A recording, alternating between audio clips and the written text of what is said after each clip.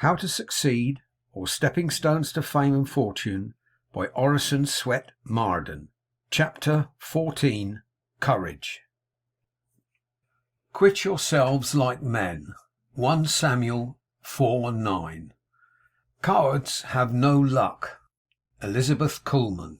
He has not learned the lesson of life who does not every day surmount a fear. Emerson. To dare is better than to doubt, for doubt is always grieving. 'Tis faith that finds the riddles out. The prize is for believing. Henry Burton. Walk boldly and wisely in that light thou hast. There is a hand above will help thee on. Bailey's Festus.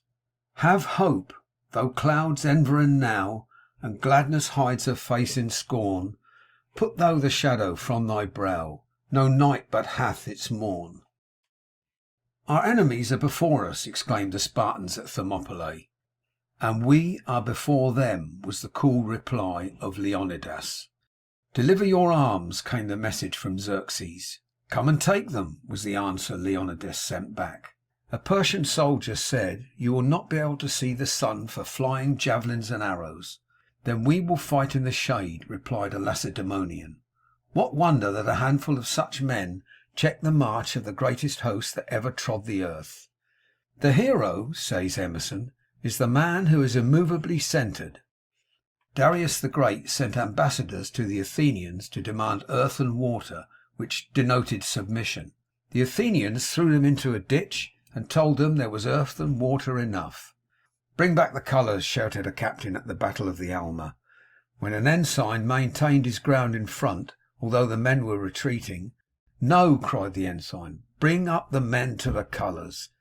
To dare, and again to dare, and without end to dare, was Danton's noble defiance to the enemies of France. Shakespeare says, he is not worthy of the honeycomb that shuns the hives because the bees have stings. It is a bad omen, said Eric the Red, when his horse slipped and fell on the way to his ship, moored on the coast of Greenland, in readiness for a voyage of discovery. Ill fortune would be mine should I dare venture now upon the sea. So he returned to his house, but his young son, Leif, decided to go, and with a crew of 35 men, sailed southward in search of the unknown shore upon which Captain Bjarni had been driven by a storm while sailing in another Viking ship 2 or 3 years before. The first land that they saw was probably Labrador, a barren, rugged plain. Leif called this country Helluland, or the land of flat stones. Sailing onward many days, he came to a low level coast, thickly covered with woods, on account of which he called the country Markland, probably the modern Nova Scotia. Sailing onward, they came to an island which they named Vinland, on account of the abundance of delicious wild grapes in the woods. This was in the year 1000. Here is where the city of Newport, R.I., stands. They spent many months and then returned to Greenland with their vessel loaded with grapes and strange kinds of wood. The voyage was successful, and no doubt Eric was sorry he had been frightened by the bad omen.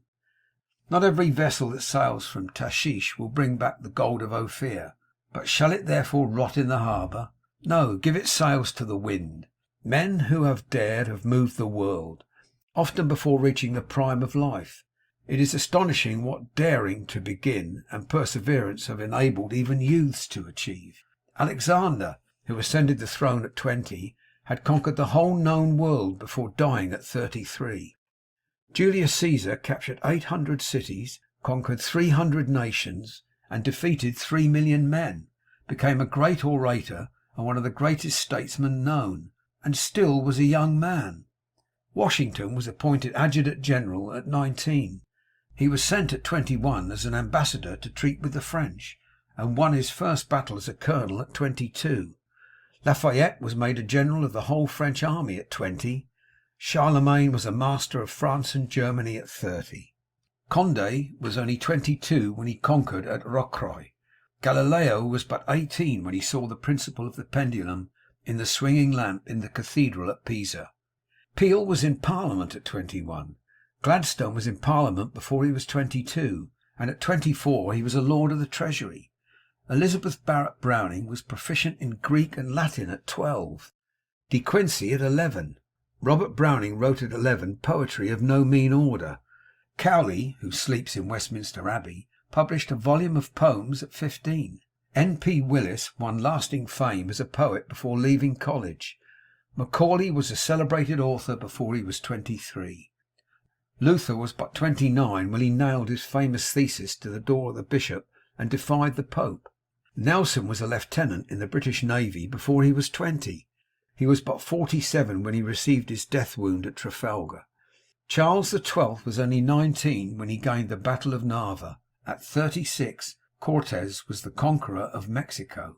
At 32, Clive had established the British power in India.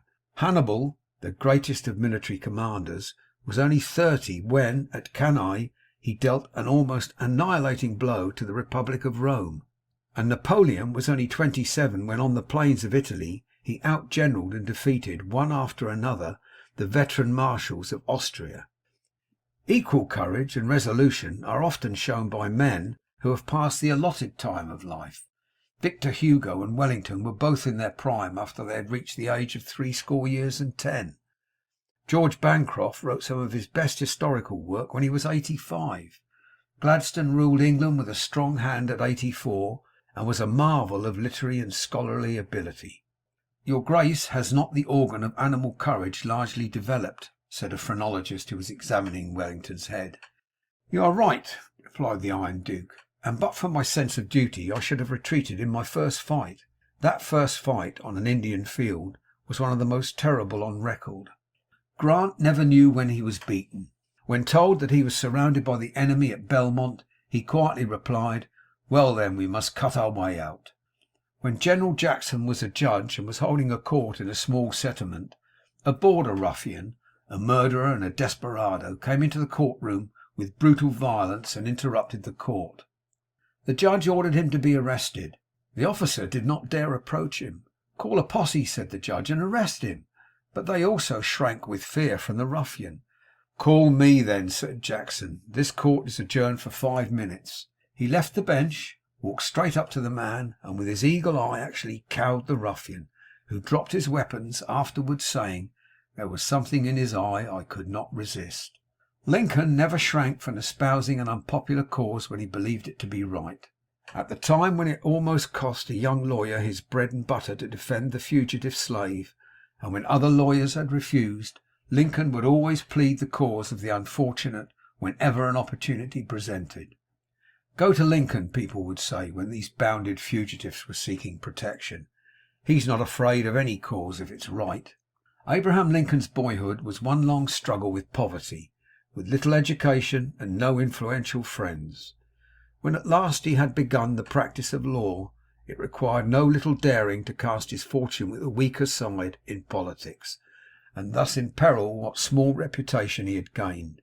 Only the most sublime moral courage could have sustained him as president to hold his ground against hostile criticism and a long train of disaster, to issue the Emancipation Proclamation, support Grant and Stanton against the clamour of the politicians and the press, and through it all to do the right as God gave him to see the right. Doubt indulged becomes doubt realized. To determine to do anything is half the battle. To think a thing is impossible is to make it so. Courage is victory. Timidity is defeat. Don't waste time dreaming of obstacles you may never encounter, or in crossing bridges you have not reached. Don't fool with the nettle. Grasp with firmness if you would rob it of its sting. To half will and to hang forever in the balance is to lose your grip on life. Execute your resolutions immediately. Thoughts are but dreams till their effects be tried. Does competition trouble you? Work away. What is your competitor but a man? Conquer your place in the world, for all things serve a brave soul. Combat difficulty manfully. Sustain misfortune bravely. Endure poverty nobly. Encounter disappointment courageously.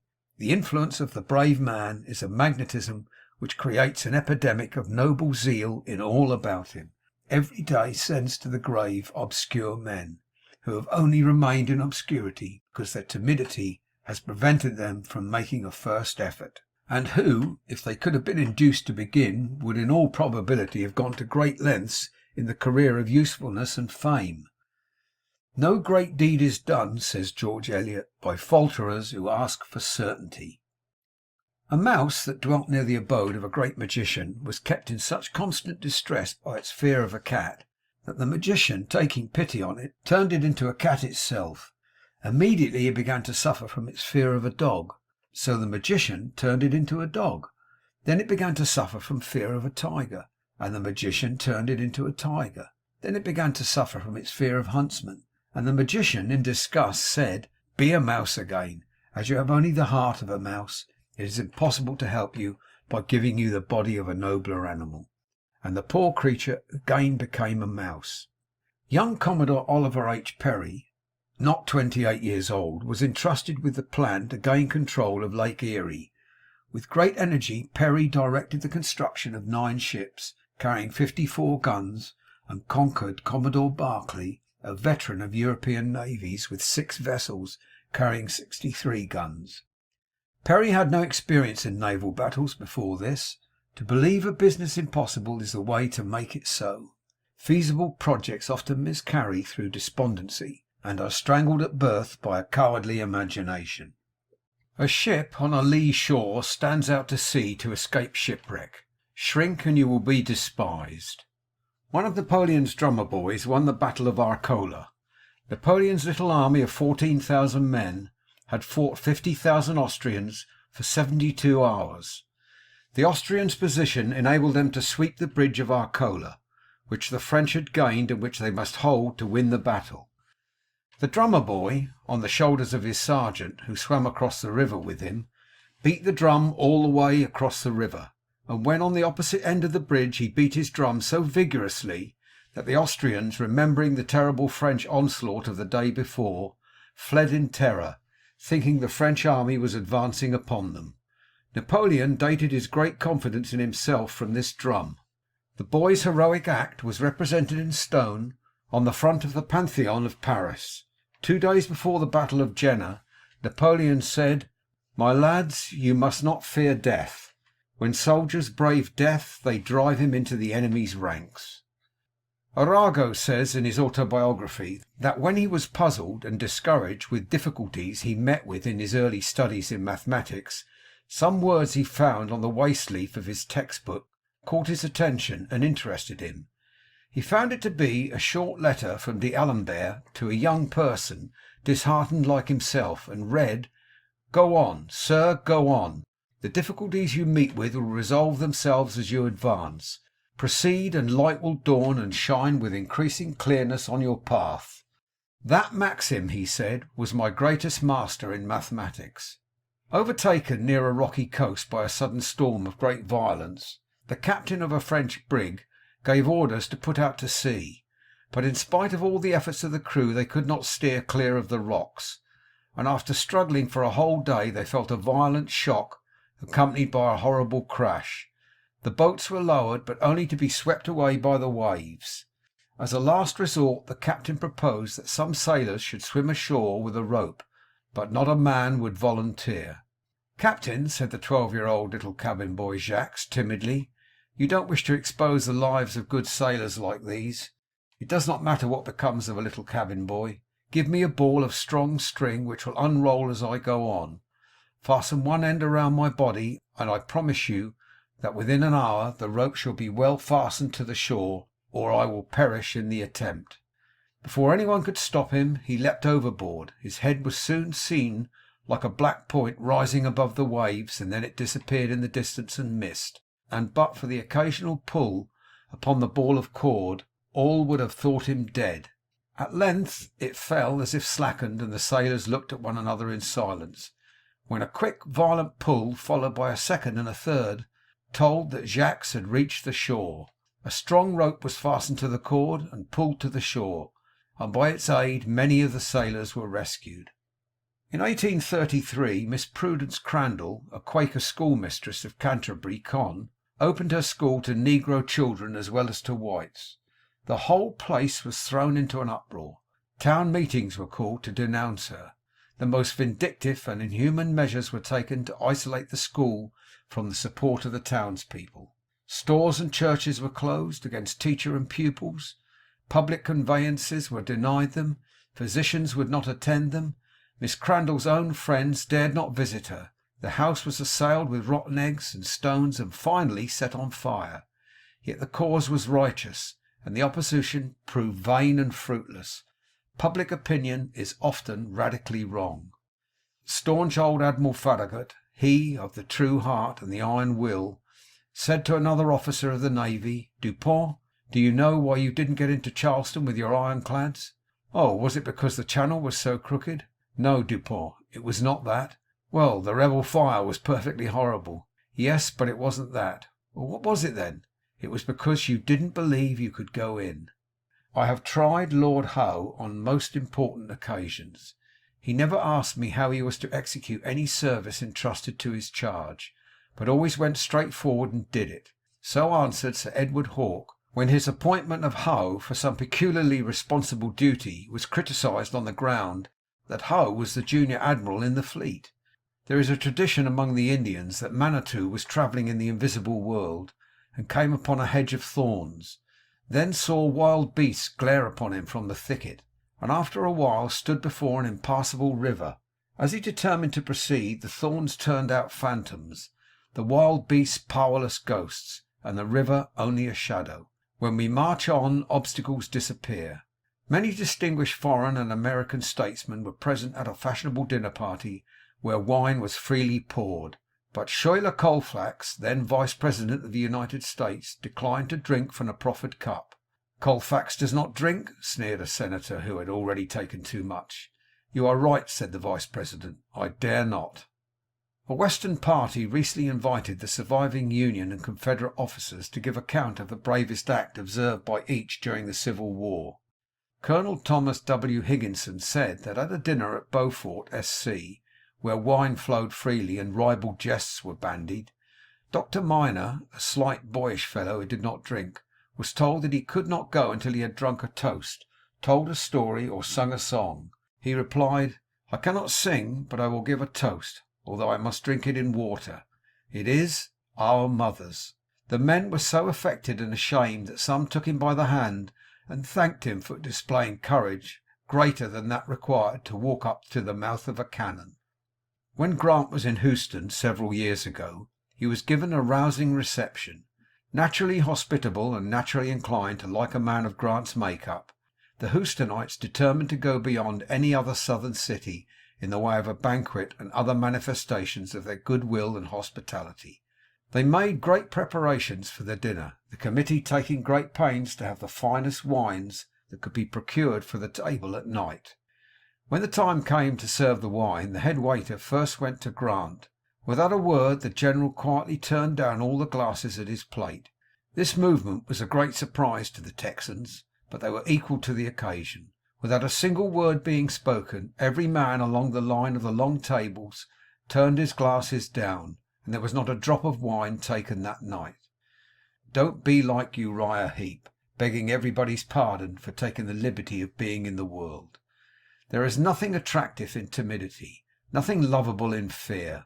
Both are deformities and are repulsive. Manly courage is dignified and graceful.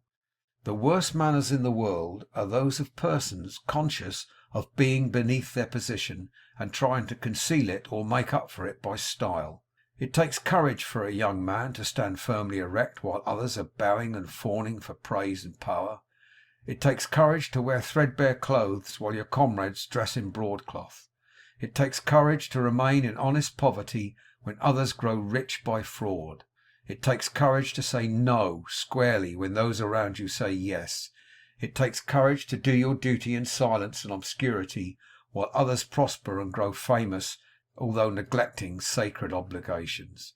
It takes courage to unmask your true self, to show your blemishes to a condemning world, and to pass for what you really are. End of chapter 14.